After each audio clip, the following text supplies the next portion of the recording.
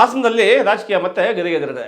ಹಾಸನದ ಮಾಜಿ ಶಾಸಕರಾದ ಪ್ರೀತಮ್ ಗೌಡ, ಬಿಜೆಪಿಯ ಪ್ರೀತಮ್ ಗೌಡ ಅವರು ಒಂದು ಹೇಳಿಕೆ ಕೊಟ್ಟರು. ಆ ಹೇಳಿಕೆ ಹಿನ್ನೆಲೆಯಲ್ಲೇ ಭರಪೂರವಾದ ಮತ್ತೊಂದು ಪ್ರತಿರೋಧ ಹೇಳಿಕೆಗಳು ಬರ್ತಾನೆ ಇದ್ದಾವೆ. ಒಂದು ಹೆಜ್ಜೆ ಮುಂದೆ ಹೋಗಿ, ಯಾರಿಗೆ ಅವನು ಪ್ರೀತಮ್ ಗೌಡ? ಅವನು ನಮಗೆ ಹೇಳೋದಕ್ಕೆ ಅವನು ಯಾರು? ನಮ್ಗೆ ಹೇಳೋದಕ್ಕೆ ಹೈಕಮಾಂಡ್ ಇದೆ, ಹೈಕಮಾಂಡ್ ಹೇಳ್ದಂಗೆ ನಾವು ಕೆಲಸ ಮಾಡ್ತೀವಿ ಅಂತ ಏಕವಚನದಲ್ಲೇ ಸಂಬೋಧಿಸಿ ಗದಾಪ್ರಹಾರ ಮಾಡಿದವರು ಅರಕಲಗೂಡಿನ ಶಾಸಕರಾದಂಥ ಎ ಮಂಜು ಅವರು, ಅಲಿಯಾಸ್ ವಾಲೆ ಮಂಜು ಅವರಂತೂ ಭಾಳ ತೀಕ್ಷ್ಣವಾಗಿಯೇ ಪ್ರತಿಕ್ರಿಯೆ ಕೊಟ್ಟಿದ್ದಾರೆ. ಯಾವ ವಿಚಾರಕ್ಕೆ ಹಂಗಂತ ಅಂದರು? ಯಾರು ನಂಗೆ ಹೇಳೋದಕ್ಕೆ? ಪ್ರೀತಮ್ ಗೌಡನಿಗೆ ಏನಿದೆ ಹೇಳೋದಕ್ಕೆ ಅಂತ ಮಂಜು ಹೇಳೋದಕ್ಕೆ ಕಾರಣ ಏನು? ಹಿಂದೆ ಅದಕ್ಕೆ 2 ದಿವಸ ಹಿಂದೆ ಪ್ರೀತಮ್ ಗೌಡರು ಪ್ರೆಸ್ ಮೀಟ್ ಮಾಡಿ ಒಂದು ಹಾಸನದಲ್ಲಿ BJP ಕಾರ್ಯಕರ್ತರ ಸಭೆ ಕರೆದುಬಿಟ್ಟು ಕಾರ್ಯಕರ್ತರ ಆಶಯ ಏನಿದೆ, ಅವರ ಅನಿಸಿಕೆ ಏನಿದೆ ಎಲ್ಲವನ್ನು ಆಲಿಸಿ ಆಮೇಲೆ ತಮ್ಮದೊಂದನ್ನು ಕೂಡ ಒಂದಷ್ಟು ಸೇರಿಸಿ ಅವರೊಂದು ಪತ್ರಿಕಾಗೋಷ್ಠಿ ನಡೆಸಿ ವಿಷಯ ಹಂಚ್ಕೊಂಡಿದ್ದಾರೆ. ಏನಂತ? ಕಾರ್ಯಕರ್ತರ ತೀರ್ಮಾನವೇ ಅಂತಿಮ, ಈ ಕಾರ್ಯಕರ್ತರು ಏನು ಮಾತಾಡ್ತಾರೆ ಅದೇ ಅಂತಿಮ, ಕಾರ್ಯಕರ್ತರಿಗಿಂತ ಯಾವುದು ದೊಡ್ಡದಲ್ಲ ಅನ್ನೋ ರೀತಿಯಲ್ಲಿ ಒಂದು ರೀತಿ ಸಂದೇಶ ಕೊಟ್ಟರೆ, ಮತ್ತೊಂದು ಬದಿಯಲ್ಲಿ ಹೈಕಮಾಂಡ್ ಹೆಂಗೆ ಹೇಳುತ್ತೆ ಆ ಥರ ಮಾಡ್ತೀವಿ. ಯಾಕೆ ಅಂತಂದರೆ ಇಡೀ ದೇಶದಲ್ಲಿ NDA ಗೆಲ್ಲೋದು ನಮಗೆ ಭಾಳ ಮುಖ್ಯ. ಒಂದು ಕಡೆ NDAನೂ ಗೆಲ್ಲಬೇಕು, ಇನ್ನೊಂದು ಕಡೆ JDS ಜೊತೆ ಮೈತ್ರಿ ಕೂಡ ಆಗಬಾರ್ದು. ಈ ರೀತಿ ಮಾತುಗಳನ್ನು ಪ್ರೀತಮ್ ಗೌಡರು ಮಾತಾಡಿದರು. ಒಂದು ಕಡೆ JDS ಬೇಡ, ಇನ್ನೊಂದು ಕಡೆ NDA ಬೇಕು ಅಂತ. JDS NDA ಇದೆಲ್ಲ ಹೆಂಗೆ ಕ್ಯಾಲ್ಕುಲೇಷನ್ ಆಗ್ತದೆ ಅಂತ ನಾವು ನೋಡ್ತಾನೆ ಇದ್ದೀವಿ. ಈ ಹಿನ್ನೆಲೆಯಲ್ಲಿ ಹೇಳಿಕೆ ಕೊಟ್ಟಿದ ತಕ್ಷಣವೇ ಮೊನ್ನೆ ನಿಖಿಲ್ ಕುಮಾರಸ್ವಾಮಿ ಅವರು ಅರಕಲಗೂಡಿಗೆ ಬಂದಾಗ ನಿಖಿಲ್ ಕುಮಾರಸ್ವಾಮಿ ಅವರು ಮಾತಾಡಿದ್ದಾರೆ. ಏನಂತ ಮಾತಾಡಿದ್ರು ನಿಖಿಲ್ ಕುಮಾರಸ್ವಾಮಿ ಅವರು? ಈ ರೀತಿಯಲ್ಲಿ ಹೇಳಿಕೆ ಕೊಡೋದನ್ನು ನಿಲ್ಲಿಸಬೇಕಾಗತ್ತೆ.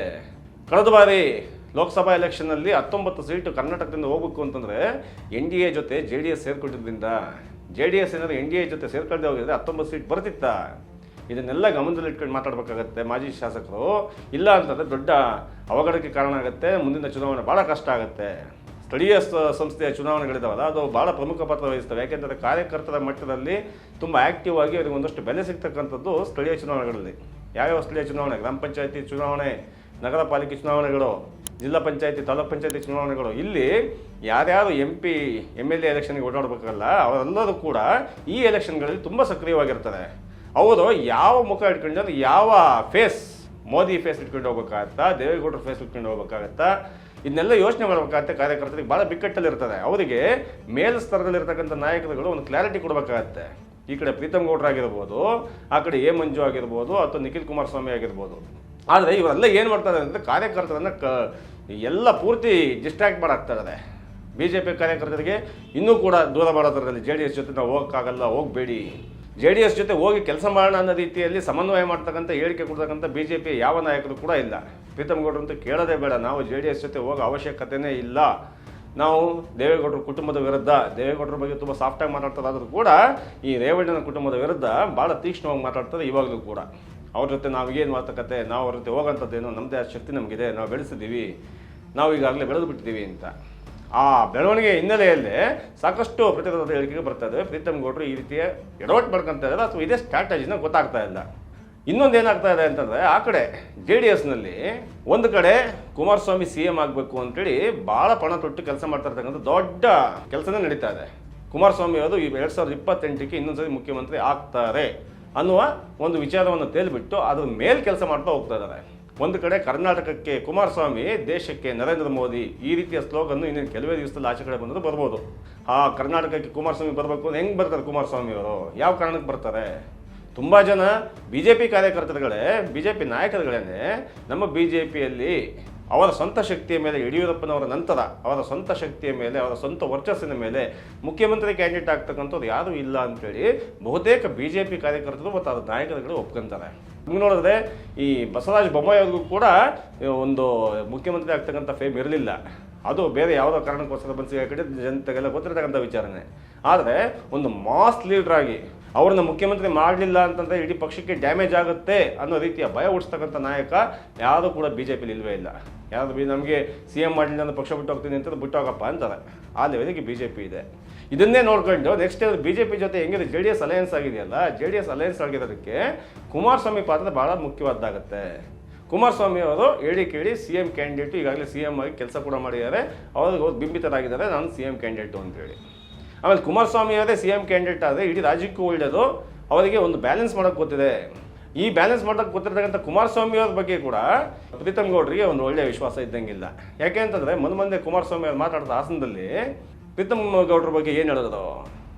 ಪ್ರೀತಮ್ ಗೌಡ್ರ ಬಗ್ಗೆ ಬಿಟ್ರಪ್ಪ, ಅವರು BJP ಪಕ್ಷಕ್ಕಿಂತ ದೊಡ್ಡ ಮನುಷ್ಯ, BJPಗಿಂತ ದೊಡ್ಡದವರು, ಅವ್ರ ಬಗ್ಗೆ ನಾವೇನು ಮಾತಾಡೋದು ಅಂತ ಖುದ್ದು ಈ HD ಕುಮಾರಸ್ವಾಮಿ ಅವರು ಹೇಳಿದ್ರು. ಅದರ ಅರ್ಥ ಏನು?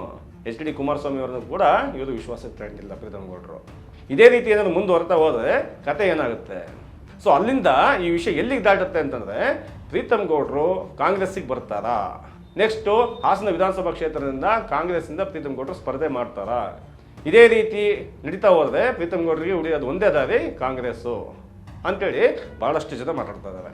ಅದಕ್ಕೆ ಕಾರಣ ಕೂಡ ಇದೆ.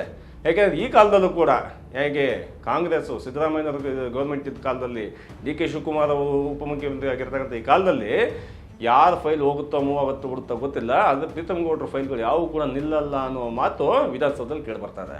ಸೊ ಹೀಗಿರುವಾಗ ಕಾಂಗ್ರೆಸ್ ಜೊತೆ ಇಷ್ಟೊಂದು ಒಳ್ಳೆಯ ಒಡಂಬಡಿಕೆ ಹೆಂಗೆ ಸಾಧ್ಯ ಆಯಿತು? ಯಾಕೆಂತಂದರೆ ರಾಷ್ಟ್ರ ಮಟ್ಟದಲ್ಲಿ ಕಾಂಗ್ರೆಸ್ಸು ಮತ್ತು BJP ಹಾವು ಮುಗಿಸಿ ಥರ ಕಚ್ಚಾಡ್ತಾ ಇರ್ತಕ್ಕಂಥ ಈ ಸಮಯದಲ್ಲಿ ರಾಜ್ಯದಲ್ಲಿ ಈ ಥರದ ಒಂದು ಸಾಧ್ಯತೆ ಹೆಂಗೆ ಸಾಧ್ಯ ಆಯಿತು? ಅದಕ್ಕೆ ಇನ್ನೊಂದೇನು ಅಂತಂದರೆ, ಕಳೆದ ಬಾರಿಯ ಸಂಸತ್ತಿನ ಚುನಾವಣೆಯಲ್ಲಿ ಕಳೆದ ಬಾರಿ MP ಶ್ರೇಯಸ್ ಅವರು MP ಆಗಬೇಕಾದ್ರೆ ಪ್ರೀತಮ್ ಗೌಡ್ರು MP ಶ್ರೇಯಸ್ ಪಟೇಲ್ ಅವರಿಗೆ ಸಹಾಯ ಮಾಡಿದ್ದಾರೆ ಅನ್ನೋ ಮಾತು ಕೂಡ ಕೇಳಿ ಬರ್ತಾ ಇದೆ. ಸೊ ಈ ನಿಟ್ಟಿನಲ್ಲಿ ನೋಡೋದಾದರೆ ಕೆಲವು ಸರಿ ಏನನ್ಸುತ್ತೆ ಅಂತಂದರೆ, ಈ ಕಾರ್ಯಕರ್ತರಿಗೂ ಕೂಡ ಸಹಜವಾಗಿ ಅನಿಸುತ್ತೆ, ಪ್ರೀತಮ್ ಗೌಡ್ರ ಕಾಲು ಎಲ್ಲಿದೆ? ಕಾಂಗ್ರೆಸ್ಸಲ್ಲಿ ಇದೆಯಾ, BJPಲಿ ಇದೆಯಾ, ಬಂಡಾಯದಲ್ಲಿ ಇದೆಯಾ, ಅಥವಾ ಎಲ್ಲಿದೆ ಅಂತ. ಸೊ ಏನಾದ್ರು ಅಕಸ್ಮಾತ್ ಅದೇನಾದ್ರು ಒಂದು ರೀತಿ ಕಾಂಗ್ರೆಸ್ಸಿಗೆ ಹೋಗಿದ್ದೇ ಆಯಿತು ಒಂದು ಪಕ್ಷದಲ್ಲಿ ವಾತಾವರಣ ಹೆಂಗಾಗ್ಬೋದು? ಕಾಂಗ್ರೆಸ್ನ ಅಭ್ಯರ್ಥಿಗಳು ಏನಾಗಬೇಕು? ಅಷ್ಟು ಸುಲಭಕ್ಕೆ ಕಾಂಗ್ರೆಸ್ನ ಬಾಗಿಲು ಓಪನ್ ಆಗಲ್ಲ. ಯಾಕೆ ಅಂತಂದರೆ ಕಾಂಗ್ರೆಸ್ಸು ಒಂದು ರೀತಿ ಉಡಾಫೆ ಅಂತಾರಲ್ಲ, ಆ ರೀತಿ ಪಕ್ಷ ಅದು. ಕಾಂಗ್ರೆಸ್ಗೆ ಇನ್ನೂ ಸೀರಿಯಸ್ನೆಸ್ ಬಂದಿಲ್ಲ. ಆ ರೀತಿ ಏನಾದ್ರು ಸೀರಿಯಸ್ನೆಸ್ ಏನಾದ್ರು ಬಂದಿದ್ದರೆ ರಾಜ್ಯ ರಾಜಕಾರಣದಲ್ಲಿ ಕಾಂಗ್ರೆಸ್ಸು ಇನ್ನೂ ಬೇರೆ ಸ್ವರೂಪದಲ್ಲೇ ಇರ್ತಿತ್ತು. ಆದರೆ ಹಾಸನದಲ್ಲೇ ಕಾಂಗ್ರೆಸ್ ಯಾವ ಮಟ್ಟಕ್ಕಿದೆ ಅಂತ ನೋಡಿದ್ರೆ ಸರಿಯಾಗಿ ಹೇಳ್ಕೊಳ್ತಕ್ಕಂಥ ಒಬ್ಬ ಅಭ್ಯರ್ಥಿ ಇನ್ನೂ ಕೂಡ ಎಮರ್ಜ್ ಆಗಿಲ್ಲ. ಕಳೆದ ಸಾರಿ ಸೋತಂಥ ಬನವಾಸ ರಂಗಸ್ವಾಮಿ ಅವರು ಎಲ್ಲೂ ಕಾಣಿಸ್ತಾ ಇಲ್ಲ. ಏಕೆಂದರೆ ಇನ್ನೂ ಎಲೆಕ್ಷನ್ ತುಂಬ ಮುಂದೆ ಇದೆ, ಆವಾಗ ಬಂದಾಗುತ್ತೆ ಅಂತ ಸುಮ್ಮನಿರ್ಬೋದೇನೋ. ಅದು ಬಿಟ್ಟರೆ ಬೇರೆ ಇನ್ಯಾವ ನಾಯಕರುಗಳು ಕೂಡ ಈ ಕಾಂಗ್ರೆಸ್ನಿಂದ ಸ್ಪರ್ಧೆ ಮಾಡೋ ಥರದಲ್ಲಿ ಉತ್ಸಾಹದಲ್ಲಿ ಕಾಣಿಸ್ತಿಲ್ಲ. ಆದರೆ JDSನವರು BJP ಅವರು ಒಂದೇ ಸೀಟ್ ಅಂತಂದರೆ ಹಾಸನದಿಂದ BJP ಸ್ಪರ್ಧೆ ಮಾಡಬೇಕು, ಇಲ್ಲ JDS ಸ್ಪರ್ಧೆ ಮಾಡಬೇಕು. ಆದರೆ ಅವರಿಬ್ಬರದೇ ಅಬ್ಬರ ಜಾಸ್ತಿ ಆಗ್ತಾ ಇದೆ. ಅದ್ರ ನಡುವೆ ಕಾಂಗ್ರೆಸ್ನ ಅಭ್ಯರ್ಥಿ ಕಾಣಿಸ್ತಾ ಇಲ್ಲ. ಈ ಎಲ್ಲ ವಿಚಾರದಲ್ಲೂ ಕೂಡ ಒಂದಂತೂ ಸ್ಪಷ್ಟ, ಹಾಸನ ವಿಧಾನಸಭಾ ಕ್ಷೇತ್ರದ ಚುನಾವಣೆಯ ಫಲಿತಾಂಶದಲ್ಲಿ ಪ್ರೀತಮ್ ಗೌಡ್ರು ಗಣನೀಯವಾದ ಪಾತ್ರವನ್ನು ವಹಿಸ್ತಾರೆ. ಯಾಕೆ ಅಂತಂದರೆ ಅವರು ಕಟ್ಟಿಕೊಂಡಿರ್ತಕ್ಕಂಥ ಒಂದು ಟೀಮ್ ಸದಾ ಕಾಲಕ್ಕೂ ಇದ್ದೇ ಇದೆ. ಅದಂತೂ ವರ್ಕ್ ಮಾಡುತ್ತೆ. ಅದು ಯಾವ ರೀತಿ ವರ್ಕ್ ಮಾಡುತ್ತೆ ಅದನ್ನು ಪ್ರೀತಮ್ ಗೌಡ್ರು ಹೇಳಬೇಕು.